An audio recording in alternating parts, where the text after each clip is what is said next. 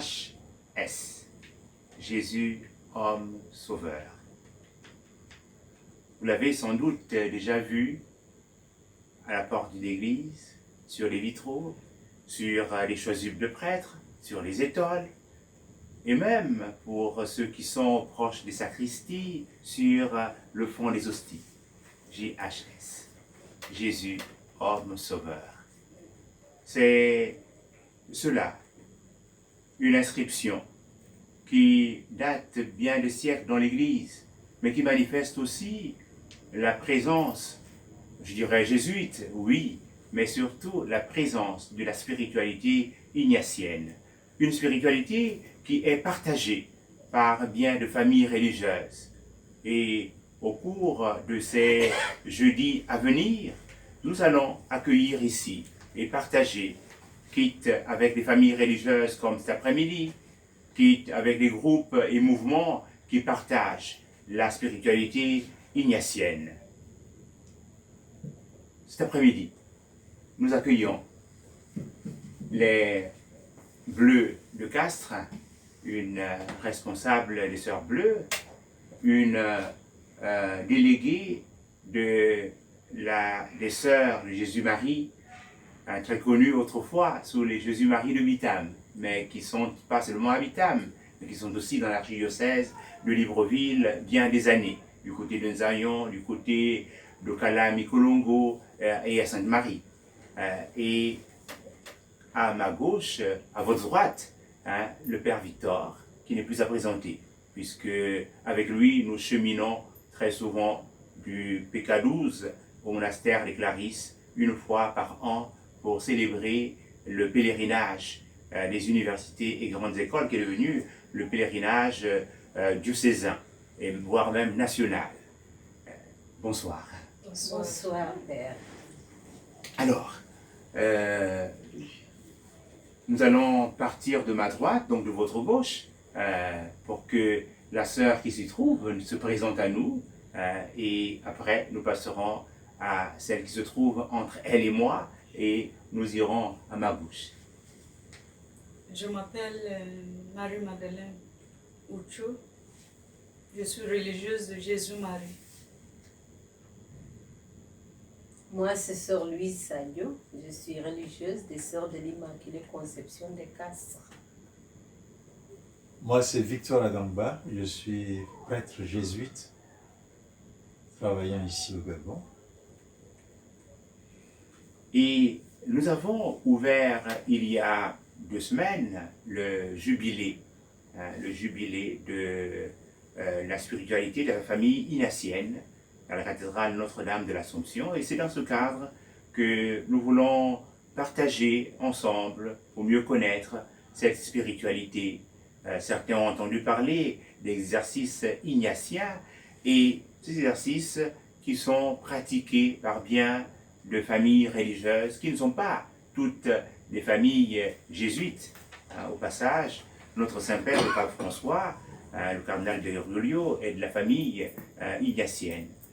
Et nous allons aller du côté de Lyon, où s'est fondée une famille religieuse et qui a comme inspiration la spiritualité ignatienne. Merci, Père. Donc, les religieuses de Jésus-Marie, fondées par Sainte Claudine Thévenet à Lyon en 1818, quelques années après la Révolution française.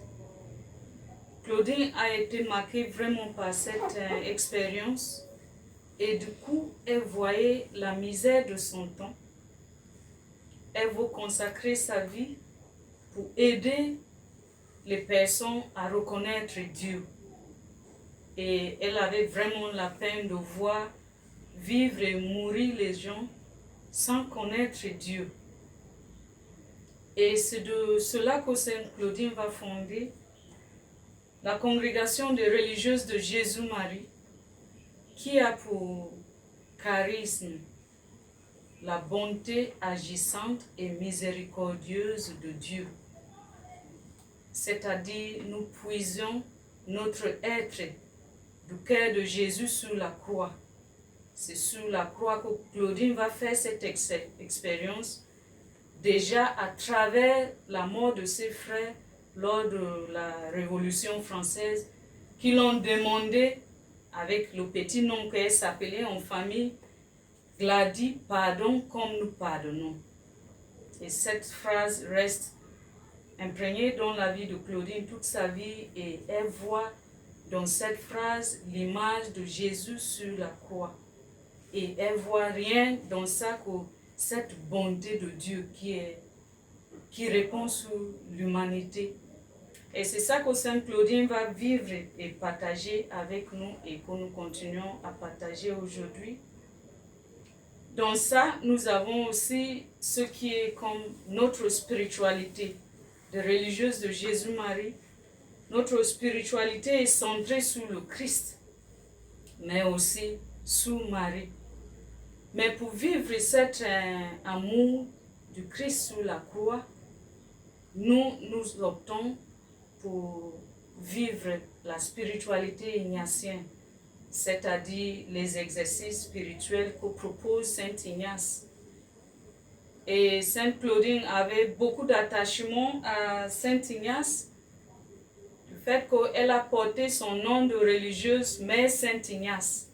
C'est un signe très fort pour nous, les religieuses de Jésus-Marie, qui crée cet sens d'appartenance, ce sens de lien et de partage de ce que c'est cet héritage que Saint Ignace nous a laissé et qu'il a laissé à l'Église entière.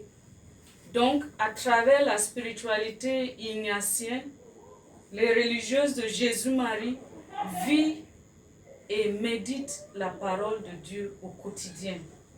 Nous cherchons la volonté de Dieu, nous désirons trouver la volonté de Dieu dans nos vies comme religieuses de Jésus-Marie dans le quotidien à travers les exercices spirituels, c'est-à-dire la méditation de la parole de Dieu. La parole de Dieu est au cœur de cette spiritualité que nous vivons comme religieuses de Jésus-Marie et que nous partageons aussi avec les personnes qui nous entourent de différentes manières.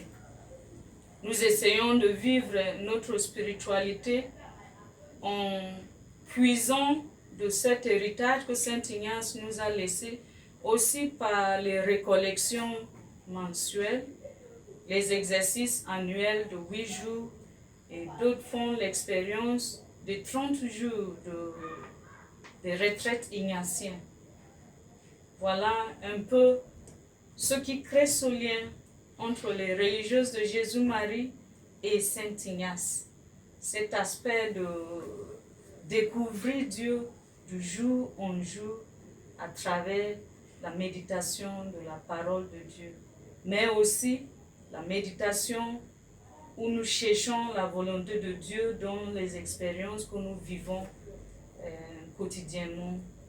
C'est un peu ça, notre lien avec Saint Ignace, et que nous sentons aussi membres de cette famille et que nous réjouissons aussi avec Saint Ignace en cette année de jubilé ignatien de la famille ignatienne. Merci ma sœur. Avant que nous ne puissions avancer avec vous sur votre présence au Gabon, nous allons aller du côté de Castres. Là, nous étions à Lyon, maintenant nous allons aller à Castres, où une autre qui est sainte et a rencontré cette spiritualité. Voilà. Donc la congrégation des Sœurs de l'Immaculée Conception de Castres, c'est un institut de droit pontifical fondé le 8 décembre 1836 par Sainte Jeanne-Émilie de Villeneuve, née à Toulouse en 9 mars 1811, et elle a été canonisée le 17 mai 2015.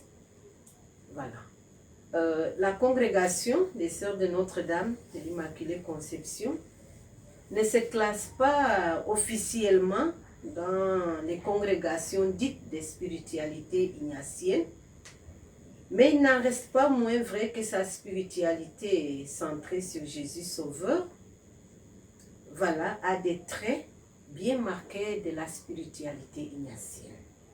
Voilà. Au début, on se rappelle, Émilie a connu bientôt le père jésuite chez sa grand-mère à Toulouse et mieux encore son accompagnateur avant de fonder la congrégation des Sœurs de l'Immaculée Conception qui était un père jésuite, M. Lebar. Alors sans nul doute, cet accompagnement a laissé en elle, comme disait ma sœur tout à l'heure, un impact très marquant de la spiritualité ignatienne. La devise de la congrégation, Dieu seul, pousse Sainte Jeanne-Émilie et ses filles à chercher partout et en tout la gloire de Dieu seul et le continuel accroissement de son règne dans les âmes et celle de ses frères et sœurs. La recommandation, quand Émilie nous recommande, comme elle disait tout à l'heure, Dieu en toutes choses et toutes choses en Dieu seul, c'est l'illustration en fait de cette spiritualité ignatienne. Voilà. La recherche et l'accomplissement de la volonté de Dieu en toutes choses est un des traits marquants de la vie d'Émilie qu'elle nous a laissé comme héritage. Donc, le chemin pour y parvenir est d'être sans cesse en état de discernement. Comment rendre cela possible? Elle disait tout à l'heure, la prière. Nous, durant nos retraites sont accompagnées toujours par les exercices de Saint Ignace. Elle disait, on peut le faire une retraite de 8 jours, 15 jours et 30 jours pour celles qui le désirent. Voilà.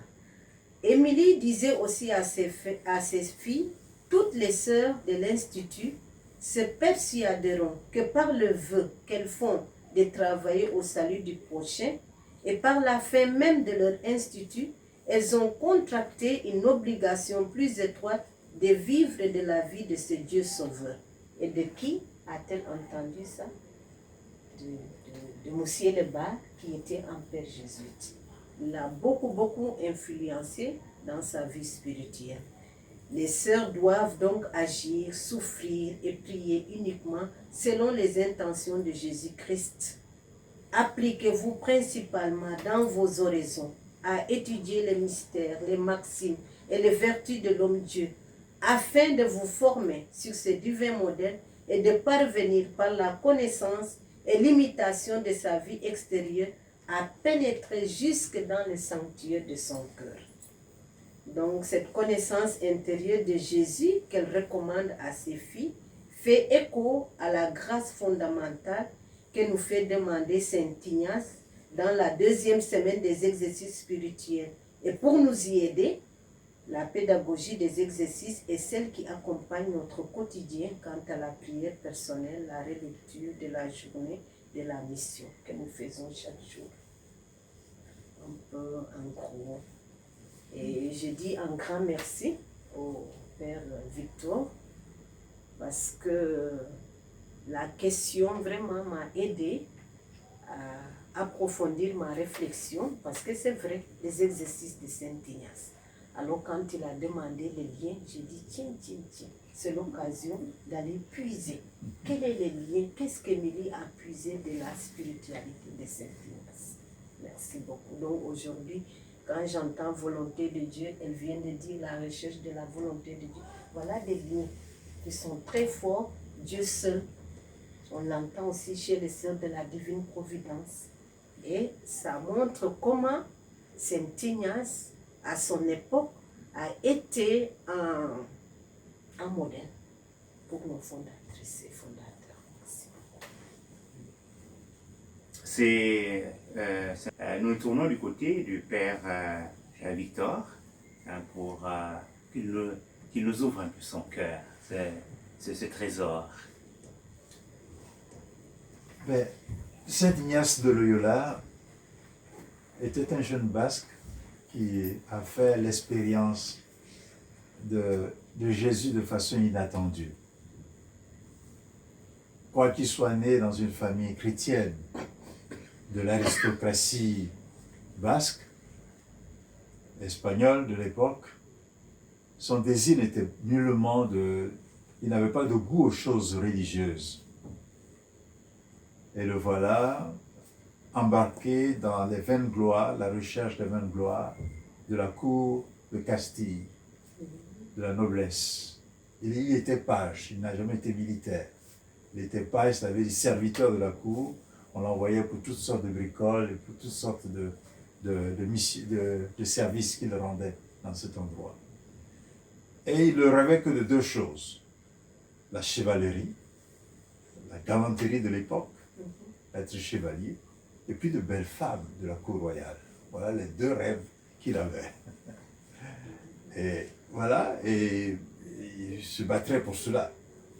Et puis voilà une invasion française de la Castille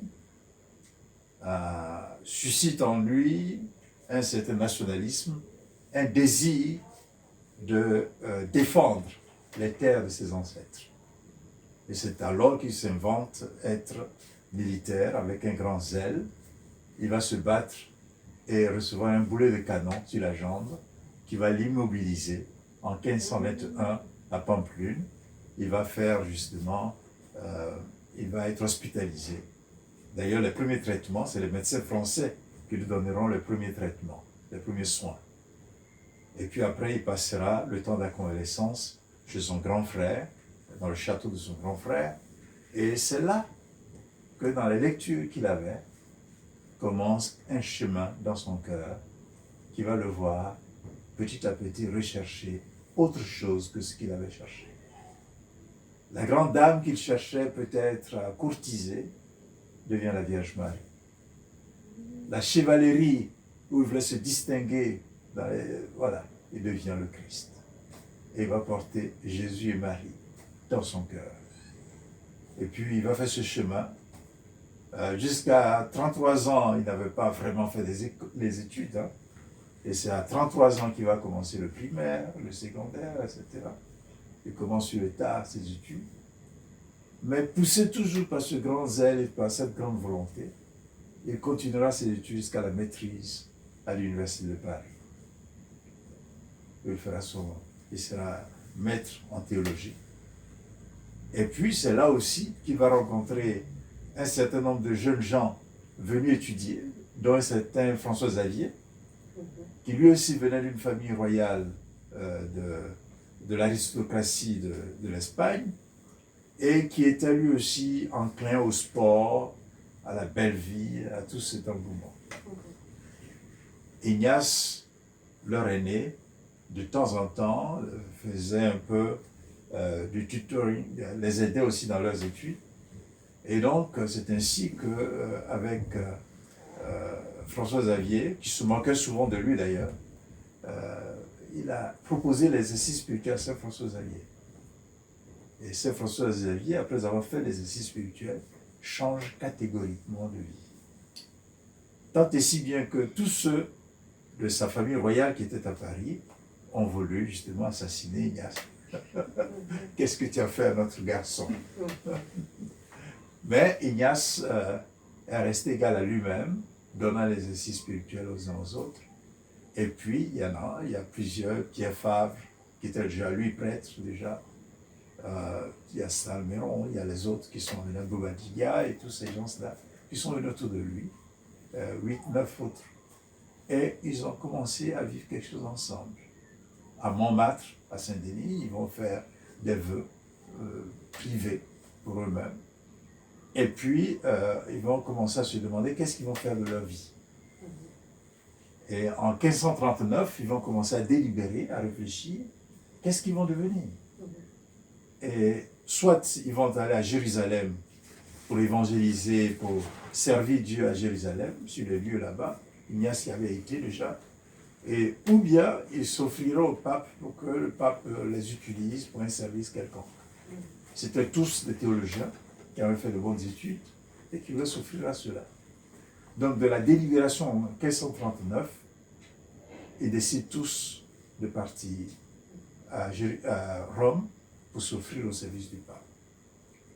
Et c'est pendant ce temps-là aussi que certains qui étaient candidats à la prêtrise, comme Ignace, qui ne voulait pas au départ, mais qui a prié longuement et qui a été appelé à la prêtrise, c'est là qu'il a été ordonné prêtre. Il y a eu 2 ou 3 qui ont aussi été ordonnés prêtres et ils sont montés à Rome pour s'offrir au pape. Évidemment, c'était la chose une bénédiction d'église, étaient très contents de les avoir. Et très vite, ils ont été envoyés en mission. En 1540, on fonde donc la congrégation de la Compagnie de Jésus. Au cœur de cette congrégation, et après dans les documents qu'Ignace lui-même a écrits, au cœur de cette congrégation se trouve justement cette spiritualité, dont le substrat à la base, c'est vraiment l'exercice spirituel. Mais en réalité, l'intuition d'Ignace, c'est que Dieu ne se trouve pas de façon éthérée, il se trouve dans la vie concrète des humains, dans l'incarnation. Notre Dieu, c'est un Dieu de l'incarnation. Donc c'est dans la vie concrète, dans les moments concrets de notre vie que nous devons trouver Dieu. Donc on va le chercher et le trouver dans tous les instants, dans tous les aspects de notre vie quotidienne.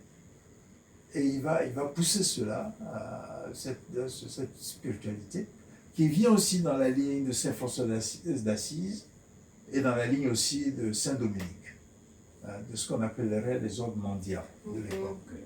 Et donc, c'est des gens qui vont penser, à un moment donné, Ignace va penser que nul n'a besoin d'être complètement cloîtré dans un monastère pour vivre cette spiritualité, mais il fallait la vivre dans tous les aspects de notre vie quotidienne. Évidemment, cette époque, le XVIe siècle, inaugurait déjà une dynamique dans l'Église. La congrégation apostolique fleurissait, et ils vont fleurir jusqu'à la fondation des congrégations qui sont ici. Et évidemment, une telle spiritualité était beaucoup plus accessible pour pouvoir constituer la mature spirituelle de ces congrégations. Donc, très vite, cette spiritualité va intéresser la plupart dans l'Église, et je vous signale que même en dehors de l'Église, les groupes protestants se sont emparés aussi de cette spiritualité. Donc, c'est devenu un bien de l'Église qui va être fortement partagé et qui va avoir une influence sur même la théologie de l'Église, une théologie de l'incarnation, la possibilité, Gaudium Spes, etc., qui vont être influencés par une telle spiritualité.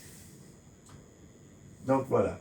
Et les jésuites ont pendant longtemps eu justement cette présence massive dans l'Église et dans le monde. Il y a eu des moments de grande éclosion des jésuites et puis des moments un peu tristes. Pendant 2 siècles, 40 ans, pardon, il y a eu la suppression des jésuites parce que justement, impliqués dans la vie concrète des gens, le pouvoir, l'establishment politique de l'époque voulait plutôt les religieux regardant le ciel que de regarder la terre. Et donc, voilà, ça a été des grandes bagarres qui ont fait que les jésuites ont été fermés pendant un certain temps. Puis quand ils sont revenus, bon, ça a continué. Donc on est passé, la variation ces dernières années, on est passé de 36 000 jésuites à aujourd'hui 17 000 jésuites. Donc il y a eu une très grande variation. On a perdu beaucoup de personnes dans le chemin. C'est un ordre presque vieillissant. Nous avons beaucoup de personnes âgées. Mais l'Afrique, l'Asie, constitue un bastion de renouveau des jésuites dans le monde. Nous avons beaucoup de jésuites en Asie. Nous commençons aussi à avoir beaucoup de jésuites en Afrique. Malheureusement, au Gabon, on n'en a pas encore. Mais nos noviciats ont du mal à contenir actuellement le nombre de personnes qui viennent au noviciat. Oui, Père, merci. Et nous avons cette pyramide des âges qui donne à notre continent ou notre pays, le Gabon, de voir que la base, elle est très grande. Et à ce niveau, je voudrais demander du côté de Lyon, du côté de Castres, et quelle est la relation, comment est-ce que vos familles religieuses, quel est le lien avec les jeunes? De cette contemplation que vous avez de Jésus et Marie, comment est-ce que vous êtes dans le milieu jeune? Je veux parler du monde de l'éducation dans lequel vous vous trouvez, au Gabon, la formation des jeunes, comment est-ce que vous vous déployez? Parce que je crois que à travers la contemplation de Jésus et de Marie, vous allez dans le monde hein, pour porter cette lumière. Comment est-ce que vous vivez avec les jeunes? Bon, pour nous, déjà, si je peux dire, c'est depuis 1960 que nous sommes ici au Gabon. Et nous avons 4 communautés, 3 ici à Libreville et 1 à Bitan. Nous travaillons principalement dans l'éducation avec les jeunes. Nous faisons aussi un peu l'œuvre sociale. Nous avons un orphelinat à Bitan. Donc c'est dans ces cadres-là que nous entrons en contact avec les enfants et les jeunes, dans ce sens. Et je peux vous dire que c'est très très impressionnant parce que c'est pas forcément cette éducation entre guillemets là que les enfants retiennent dans la relation avec nous. Parce que très souvent quand on leur demande qu'est-ce que tu as le plus aimé à l'école, c'est beau d'entendre les enfants te dire que c'est ici que j'ai commencé à apprendre à prier. Ça fait beau de voir qu'un enfant de 9 ans, de 12 ans te dit que c'est quand je suis arrivée au complexe collège Jésus-Marie que j'ai appris à prier. Donc, en gros, nous sommes dans l'éducation, nous éduquons, nous donnons l'éducation, mais c'est un peu plus que ça. Beaucoup vont vous parler de « je me sens en famille ». Donc, c'est comme des fois, ils touchent ceux qui n'ont pas.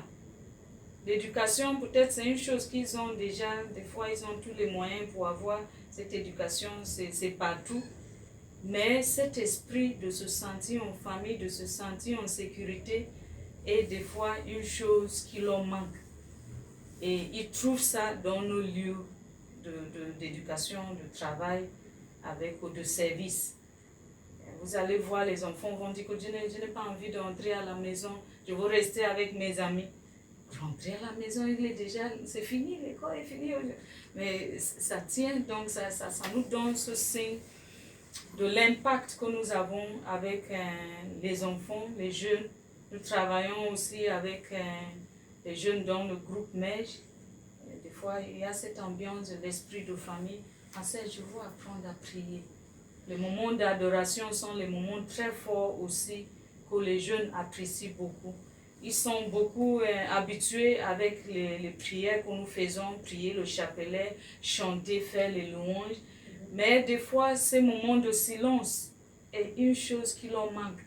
Et quand ils font l'expérience de ça, ils repartent pas comme ils sont venus. Donc c'est pour ça que je veux partager avec vous. Je complète en disant que pour les sœurs de l'Immaculée, c'est passionnant, non? L'éducation de la jeunesse. Et pour Émilie, elle disait que pour atteindre le cœur de Dieu, il faut passer par le cœur de l'enfant. Le cœur de l'enfant est un trésor. Et pour développer une société, comme dit Saint Irénée, la gloire de Dieu c'est l'homme debout, il faut passer par l'éducation. Si nous voulons changer la société, il faut éduquer. Donc, pour nous, sœurs de l'Immaculée, comme je disais, c'est passionnant. C'est en fait, c'est dans le cœur. Pour nous, être à l'école, en fait, nous sommes entiers. Nous éduquons pas seulement à la connaissance, mais c'est aider l'enfant à devenir un homme complet dans la société, intellectuellement, humainement, avec des valeurs. Éduquer pour transformer. Éduquer pour transformer, d'où les slogans, voilà, éduquer pour transformer à travers le monde, partout, cette tache bleue qui est là pour transformer l'enfant qui vit. L'enfant qui nous côtoie sort de nous transformer. Il ne peut plus être comme il était avant. Normalement. Et au niveau de l'aumônerie des universités et des grandes écoles, c'est aussi cette présence. C'est vrai, et je crois qu'il y a quand même une réalité. C'est vraiment dans le même sillage que ce que les sœurs ont dit de leur congrégation. Chez Saint Ignace, il y a un élément de sa spiritualité que nous ajoutons à tout ce qu'elles ont dit, c'est le magis. Le magis, c'est le davantage. C'est-à-dire, on veut voir chaque jeune aller au maximum de ses capacités, donner le maximum de lui-même. Et chaque individu, d'ailleurs chaque être, aller au maximum de ce qu'ils peuvent. Donc, prévoir les moyens, mais aussi l'accompagnement nécessaire pour que se déploie tout le don que chacun a reçu. D'abord, pouvoir discerner quel est le don des individus et les aider. Regardez quelqu'un comme Blaise Pascal, Voltaire. Voltaire, par exemple, était un de nos anciens élèves. Les cours qui devaient commencer à 4 heures du matin, il n'arrivait pas. Il dormait, il était souvent endormi. Alors les pères ont vu que c'était allé au collège de la Flèche, à l'ouest de la France. Les pères ont vu que ce garçon n'arrivait pas à le suivre. Donc on a personnalisé une formation de Voltaire. On lui a permis de se réveiller un peu plus tard et de commencer le cours un peu plus tard. Et ça a donné ce grand homme que nous avons. Ainsi ont été la plupart de ces personnes-là. Évidemment, on a fabriqué, dans l'éducation, on a fabriqué des gens, des ténors comme Castro, Fidel Castro. On a fabriqué des gens comme Macron. Voilà. Ce sont des gens qui sont nés de cette éducation personnalisée, qui essaie de pouvoir tirer le meilleur de la personne, pourvu que les gens comprennent cela. Oui. Et on ne veut pas se contenter de la médiocrité ou du minimum. Voilà. Et ça, c'est vraiment de la spiritualité de Saint Ignace. Donner le meilleur de la personne. Oui, vous qui nous suivez, vous êtes heureux de ce que vous entendez, de ce témoignage, de cette spiritualité ignatienne que nous allons célébrer toute cette année. Et ce rendez-vous de ce jeudi nous a donné d'en parler. Nous y reviendrons et la semaine prochaine, c'est avec un autre groupe vivant de la spiritualité ignatienne que nous allons échanger. Je voudrais de tout cœur remercier nos religieuses venues de Jésus-Marie et de Bleu de Castres et notre Père en bleu, le Père le Père Victor. Vous comprenez qu'il y a une symbiose entre le Père Victor et moi, donc on peut se lancer en bleu et pour que nous puissions vivre de plus en plus cette spiritualité de cet homme, Jésus, homme sauveur, JHS. Nous vous disons merci et vous souhaitons une bonne soirée à l'écoute de nos programmes Cathol TV Gabon, votre télévision catholique à Libreville au Gabon. Merci beaucoup. Merci, Père. Merci. Merci, Père Serge. Merci, Père Victor. Merci. Pour cette belle occasion. Merci beaucoup. Merci, Sœur Marie.